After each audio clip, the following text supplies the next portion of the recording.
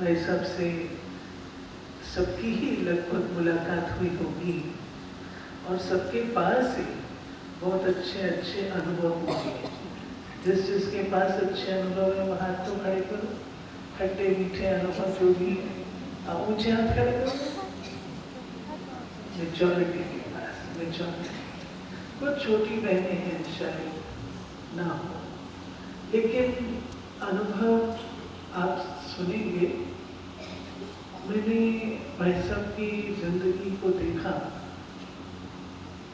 ब्राह्मण लाइफ, और अभी अभी मैं सोच रही थी कि बाबा ने दिल्ली पर बहुत उम्मीद रखी है।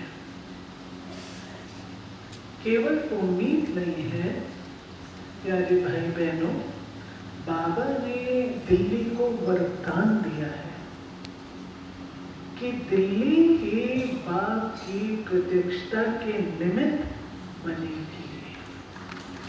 ये हमारी जिम्मेवारी है।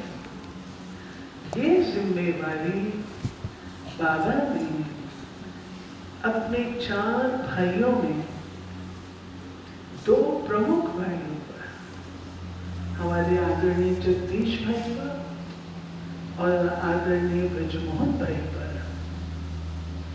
दोनों पर रखी। मैनेजिंग कमेटी बनाई तो इनको 4 भाइयों को उसका सदस्य बनाया।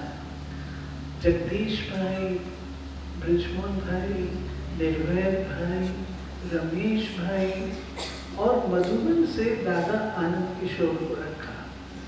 और 2 दादियाँ, हमारी दादी प्रकाशमणि और दीदी मनमोहिनी, इनको रखा। और बाबा ने अपने बहुत विशेष रत्न दोनों जगदीश भाई और ब्रजमोहन भाई को दिल्ली की जिम्मेवारी विश्व के निमित्त सौंपी। विश्व के निमित्त, दिल्ली के लिए मात्र नहीं, दिल्ली विश्व के लिए निमित्त है, क्योंकि सारे कल्प में राजधानी दिल्ली ही रहती है। अगर आप देखेंगे पूरे कल्प में राजधानी दिल्ली रहती है। और अब तो इसका नाम भी बदलने का प्रपोजल आया है, इसका नाम इंद्रप्रस्थ रखा जाए। तो बाबा के जो उम्मीदें हैं, बाबा की जो आशाएं हैं, वो इन 2 भाइयों ने भरपूर रीति से पूरी करने की ग्राउंड बनाई हुई है। इन्होंने अपने लिए केवल जीवन नहीं जिया, इन्होंने इतनी बड़ी टीम तैयार की। साथ में गुलजार दादी हमारी रही, गुलजार दादी के साथ मिलकर के पूरी दिल्ली में टीम तैयार की। हमारे वरिष्ठ भाई मेहता भाई बैठे हैं, सुरेश भाई नहीं है, सुंदरलाल भाई हमारे शुरू के, दूसरे सुंदरलाल भाई, राजकुमार भाई, किस किस का नाम गिनती करो, प्रेम प्रकाश भाई, बहुत, दादा गोपाल, इंद्र भाई, हाँ, लक्ष्मण भाई, ये सारे हमारी बहुत अच्छी टीम तैयार की। और इस टीम ने फिर आगे जयप्रकाश भाई, और इस टीम ने आगे हम सबको तैयार किया ना? जवाब नहीं आया? तैयार किया ना? हम सब तैयार हैं। अब कुछ काम धरती से होता है, कुछ काम वतन से होता है। तो बाबा को वतन में इन दोनों को बुलाने की, दादी गुलजार को बुलाने की आवश्यकता पड़ी ताकि स्थापना का कार्य तीव्रता से चले। और मैंने सुना कि रशिया के प्रेसिडेंट ने डूम्सडे की क्लॉक स्टार्ट कर दी, तो जरूर इन एडवांस पार्टी ने कुछ किया होगा ऊपर, जो कि उस चीज को समय को समीप ला रहे हैं। तो आदरणीय भाई साहब ने और आदरणीय जगदीश भाई ने दोनों ही सिमिलैरिटी जब मैं देख रही थी, तो एक ऐसी आत्माएं जो एजुकेटेड भी हूं, जो इंटेलेक्चुअल भी हूं, जो स्पिरिचुअल भी हूं, जो सोशल भी हूं जो ओरेटर भी हो, भाषण करने वाला, जो राइटर भी हो, लिखने वाला।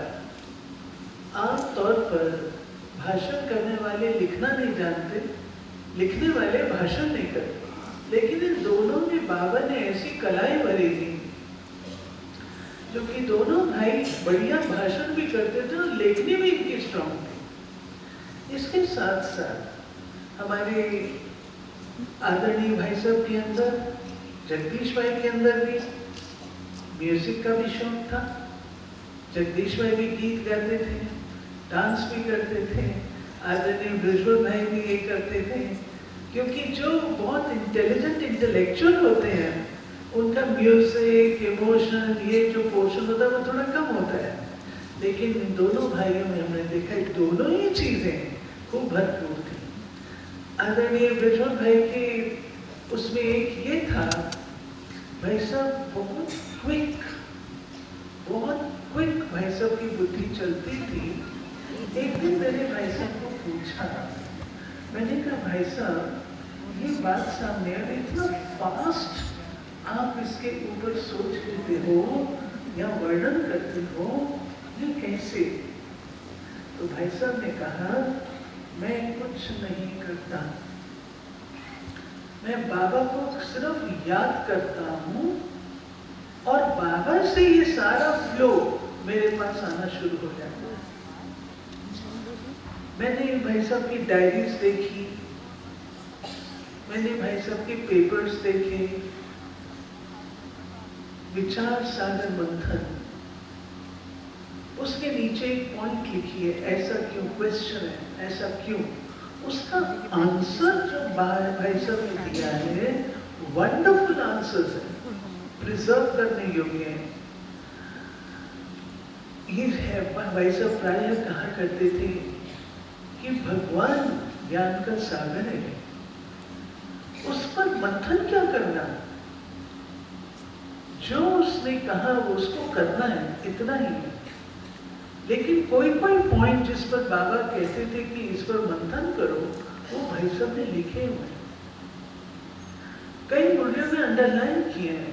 डेली भाई साहब का लिखने का काम था, और रेड पेन से आप सोचो, लिखते लिखते किसी अक्षर को लाल से लिखा हुआ है, किसी अक्षर को हरे से लिखा हुआ है, किसी को अंडरलाइन किया हुआ है।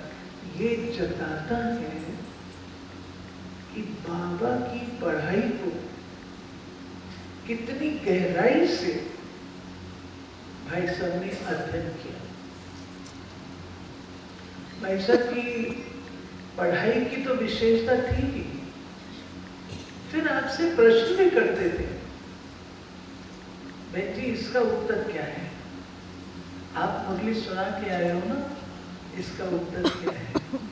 ऐसे भाई साहब टेस्ट भी करते थे। उन्होंने खुद के अंदर वो संस्कार डाले, हमारे अंदर भी वो संस्कार पढ़ाई के डाले।